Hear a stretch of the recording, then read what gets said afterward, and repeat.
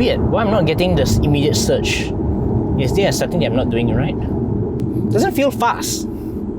Hello everybody, this is Alex from soyachinchao.com, and the BYD Seal has finally arrived in Malaysia and is a looker. And what's impressive is a price tag that's priced under 200,000 ringgit. And this top line performance model produces 523 horsepower and can get from 0 to 100 km per hour in just 3.8 seconds. For 199,000 ringgit, this is insane. 2 years ago, for the same amount of money, you get like the Hyundai Kona E-Max that produces 201 horsepower. So a lot has changed in the past 2 years. So how's the BYD Seal like to drive? Well, follow me. Let's take it for a test drive.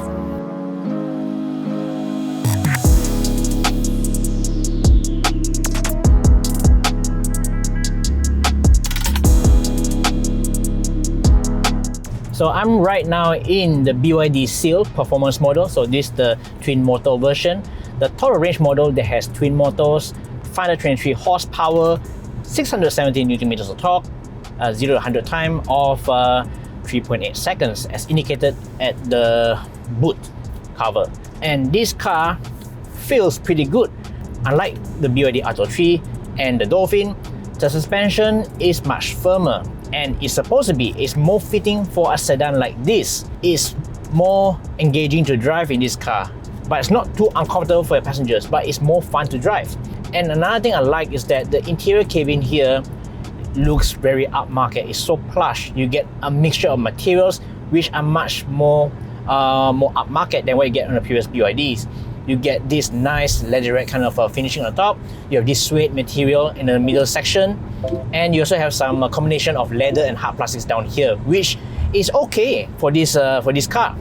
Everything you touch is soft. It feels very premium. And the amazing thing is this car is priced under 200,000 ringgit, like I said in the introduction earlier. And I like how everything you need for a driver is included as standard. You get a 10-inch instrument cluster up front. You also get a 15.6-inch infotainment screen in the middle, which can rotate at the push of the button. And I love the fact that they also included a heads-up display in front, which is very clear. The fonts are big, and you get the vital information like your current speed limit, the speed for the adaptive cruise control, and also other ADAS systems. One thing that I noticed after started driving this car is that the aircon vents, there are no manual levers for the aircon vent, so you can't control it on the aircon vent itself. So similar to the Tesla, you have to use the touchscreen to adjust the aircon vent, which can be a bummer.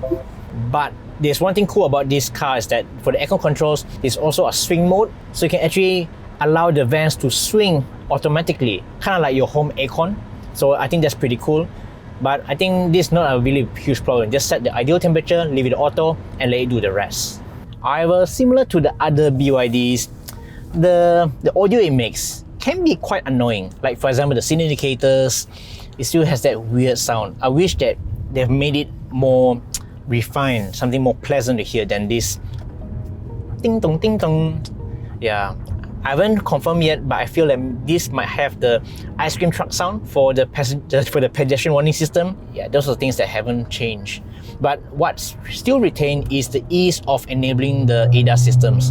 Like for example, the intelligent cruise control is just a push of the button. You can set the distance, you can set the speed from the steering wheel itself, which is the very practical move. Because some cars, some of the settings are hidden on the touchscreen, which you don't want because you want to have everything at your fingertips when you drive your car. So right now we're driving in Max Highway. We want to join back Max, and yeah, you know that sound? That's basically to warn me that I'm driving above the speed limit. It says I'm doing 68 in a 50 zone. Okay, now we're going back up, and this is a sharp corner, and let's see how it feels like. No dramas. You really can take corners with confidence. And you know what? I'm still in eco mode. The BYD Seal uses multi-link suspension, and for the performance model, they have this frequency tune absorbers. So that apparently has a better sophistication in terms of your ride. So probably depends on your That's so annoying. The sound it makes is really annoying, but I'm sure you can turn it off if that really gets up to your nerves. And now I'm eco mode, and this car apparently can do 0 to 100 in 3.8 seconds. So let me just change to sports mode by just using the rocker buttons at the center console. So I'm in sports, signal, put the foot down, wait, and it goes, but it's quite linear. Weird, why I'm not getting this immediate surge? Is there a setting that I'm not doing it right? Doesn't feel fast. Okay, let me try again. Okay, I'm in sports mode. I wonder what went wrong. Why I'm not getting the full performance when I put my foot down. Weird. Yeah, let me just put my foot down. Okay, now we are talking. So, okay, we need to enable the iTech, Intelligent Torque Adaptation Control. So that's where the power is at. Yeah, so okay, so we need to turn it on to get the full performance. Because just now I set to sports mode and then it doesn't feel like 500 horsepower. Okay, now we're feeling it. Alright, so we're just cruising slowly here. As I was saying before I get interrupted, the BYD Seal has two specs, okay? You have the performance and the premium. Premium is basically the rear-wheel drive version, which has more range because the car is lighter. You only have one motor at the back that produces 308 horsepower.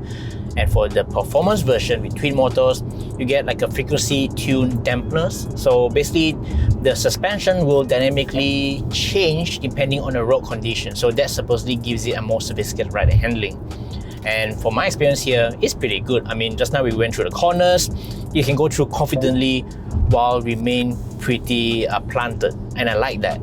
I think this could feel better than my EV6 because you don't really feel that weight of the huge batteries. And the interesting thing about this car is that the battery is actually quite huge. It's 82.5 kilowatt hour. And based on the WLTP range, the performance model can deliver up to 520 versus 570 on the premium version.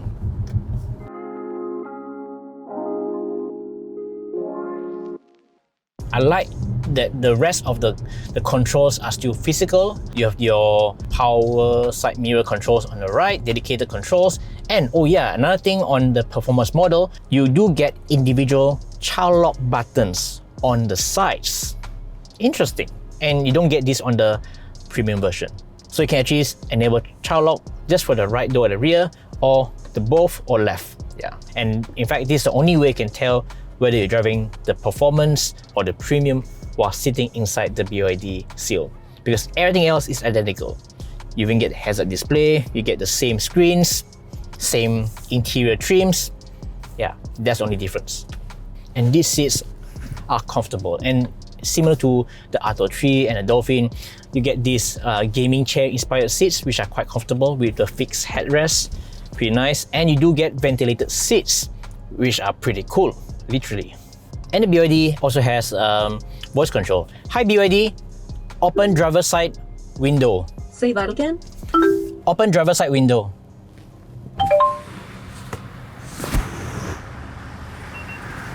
Hi BYD, close driver side window. Sorry, again? Close driver side window.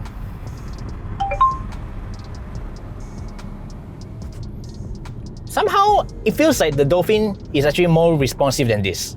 Weird. But still quite okay. Okay, now we clear roads. Let me just put my foot down. Whoa! It really goes. The brakes are pretty good too.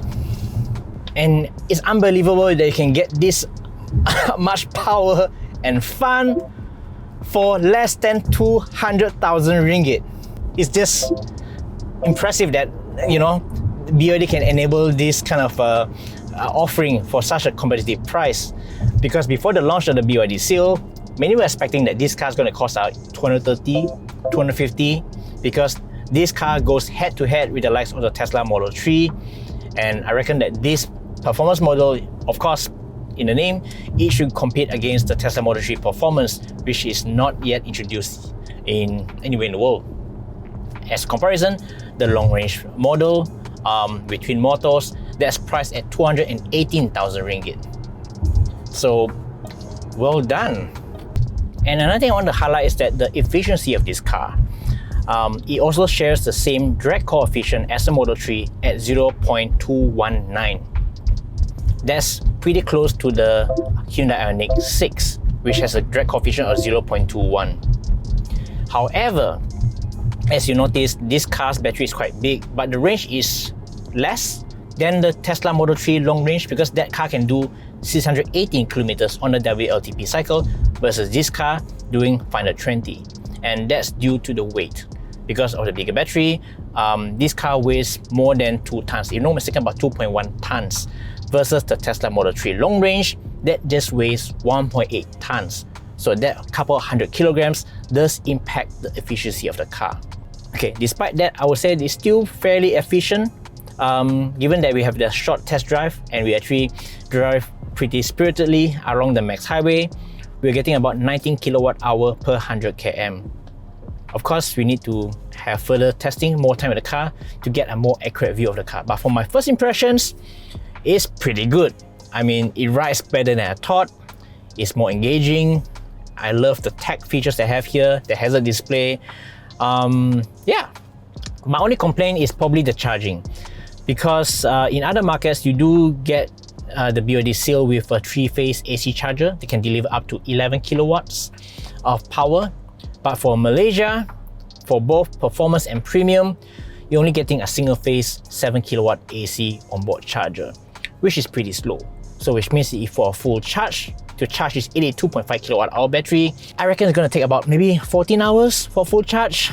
If you're going to charge it overnight at home, not an issue, but if you rely on public chargers and you want more affordable charging on AC, this will take quite a long time. But I guess if you trigger charge, maybe charge twice a week, it's not a big problem. But I do wish that it has 11 kilowatt because this is a car that costs 200,000 ringgit. For DC charging, it can support up to 150 kilowatts. I reckon you can get about 30 to 80% charge in about half an hour around there. So not great, but pretty okay. So which BYD Seal should you get or should I get? Well, if it was me, if we're going to look for a fully electric sedan, I'll probably put my money on the BYD Premium because, okay, yeah, it's fun to have the performance model with 500 over horsepower, but realistically, how often do you need that amount of power? Because for me, I think most of the time I'll set it to eco and I love to stretch my range as much as possible from the battery. And I think the 570 kilometers of range on the premium model, I think that's something that matters more to most users, especially if you plan to use this for long distance drive. It's 50 kilometers more from the same battery because the premium only gets a single motor. And that motor is more than enough because that is 308 horsepower. That's plenty powerful. And you save 20,000 ringgit because the premium version costs 139,800 ringgit. And 300 horsepower is more than enough, guys. 0 to 100 in 5.9 seconds, that's still pretty fast. And honestly speaking, right, I think Tesla Malaysia now has some serious competition because when Tesla came with the Model 3 and Model Y, they really disrupt the 200k market for EVs. And now BYD Seal really brought some serious competition. 500 over horsepower EV for less than 200,000 ringgit. And even the premium version with its 570 kilometers range for 179,000 ringgit is a steal. And I like the fact that they don't compromise on other stuff because you get the same 19-inch wheels, you get the same kit, same ADAS, you get the same heads-up display, which I like. Of course, there's another issue for some, is the glass roof. This car comes with a panoramic glass roof similar to a Tesla, and it doesn't come with a sunshade. But for my half an hour driving, I don't really feel hot in here because it looks slightly tinted. According to BYD, there's some UV protection layer, so I think it works. But if that's still a problem, I think you can get those third-party sunshades from, I don't know, from your favorite e-commerce stores. Will I get this over a Tesla? Definitely yes, because the looks of it, like I said, it looks like a baby Taycan of sorts, and you have all your vital driving controls here. You have your stop indicators, you have your controls for your side mirrors. Of course, yes, you don't have the physical vent controls for the aircon, but that's not really an issue if you set it up right for the first time.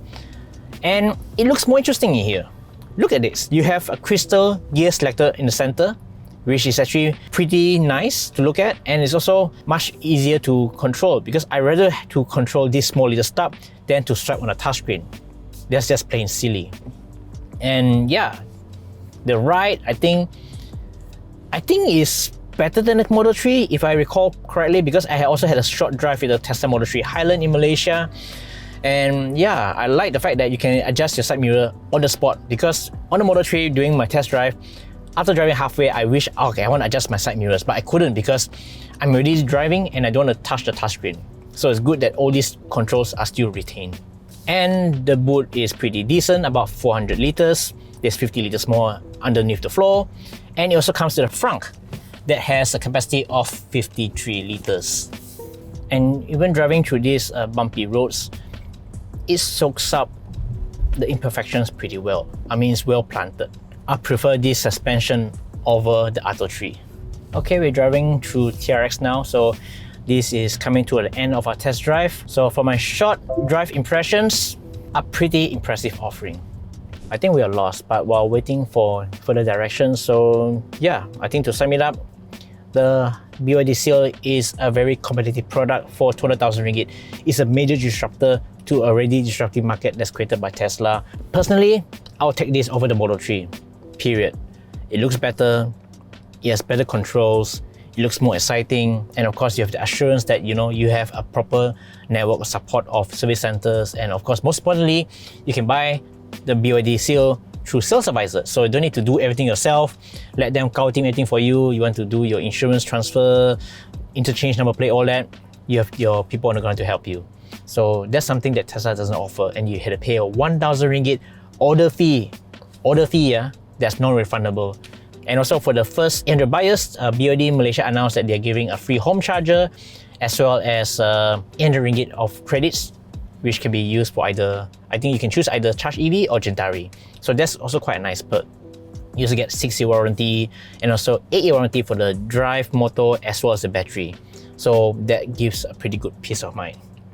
Now I feel like, I think I'm overpaying for the Kia EV6 because this looks pretty nice. But of course, the difference is that the battery technology, I'm not sure whether it's 400 volt or 800 volt, but based on the DC charging rates of 150 kilowatt, I don't think it's 800 volts. I think it's still based on 400. I wish that's quicker. You can do 180 or 200, I think that would be perfect. And of course, yeah, the AC onboard charger. But other than that, well done BYD. You really did surprise us in the Malaysian market. And also, in addition to the very nice interior, you also get ambient lighting, and the back seats, they're pretty spacious. I get a lot of knee room. I have enough space to put my feet underneath the seats in front. And also, the headroom is actually pretty decent because of the glass roof. I get about 2 inches of headroom, which is actually quite okay, given the fact that it has a sloping roof line. Oh yeah, it's getting a little bit warm. So I think I spoke too. Okay, it's really hot. The glass is really hot. So if you do get this car, I suggest getting a sunshade, a sunblight for this, so that it doesn't get too hot. I can imagine that journeys with this during long distance drive, during noon, can be quite uncomfortable. It's quite hot here. So yeah, do get a sunshade. Of course, another complaint that a small little complaint is perhaps maybe the ADAS system is a bit too over blaring. I wish that maybe BYD can improve about this, so maybe don't give too much sound warning unless it's absolutely necessary. So just tone a little bit down in terms of the warning. So that's my quick test drive with the BYD Seal Performance that's priced at 199,800 ringgit. I like the looks, I like the interior, and I love the amount of tech that's packed in a car that's cost less than 200,000 ringgit. And for 523 horsepower in this price segment, it is unbeatable. I think it's a steal if you're looking for a new car priced under 200,000 ringgit. Would I get this over the Tesla Model 3? Well, it's a definite yes for me. This is Alex from soychinchat.com. If you like this video, please give us a thumbs up, like us on Facebook, and don't forget to subscribe us on our YouTube channel and hit the notification bell icon so that you'll be informed of future videos. Thank you so much for watching, and I'll see you next one. Bye!